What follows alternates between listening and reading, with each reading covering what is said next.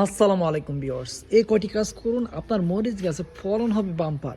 দেখতে পাচ্ছেন এখানে আমার মরিচ গাছের প্রচুর পরিমাণে মরিচ, মাশাআল্লাহ। আজকে সকালে নিয়েছি, পরে আহ, গতকালকে আমি প্রচুর মরিচ এখান থেকে নিয়ে রান্না করছি ভাই। এখনও দেখেন প্রচুর পরিমাণে মরিচ, এত ফলন কিভাবে?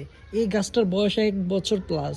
তো 1 বছর প্লাস এখনও তার মরিচ এমন, বুঝতে পারছেন তাকে আমরা কি যত্ন করেছি। হ্যাঁ, আপনার ফার্স্ট টাইম করতে হবে। আপনি যখন মরিচ নেবেন এই কাজটি করা যাবে না। এই যে মরিচের বড়ি থেকে মরিচটিকে আপনি ছিঁড়ে নেবেন না, আপনি চেষ্টা করবেন মরিচের এই গোড়া থেকে মরিচটাকে ছিঁড়ে নেওয়ার জন্য। দেখেন, তাইলে হচ্ছে মরিচ গাছ, এই যে মরিচ গাছ, এটা মরিচ নেওয়ার পরে দেখেন এটা এখনো বেঁচে আছে, তাহলে এটার প্রতি মরিচ গাছের কিন্তু এক্সট্রা একটা এনার্জি খরচ করতে হচ্ছে।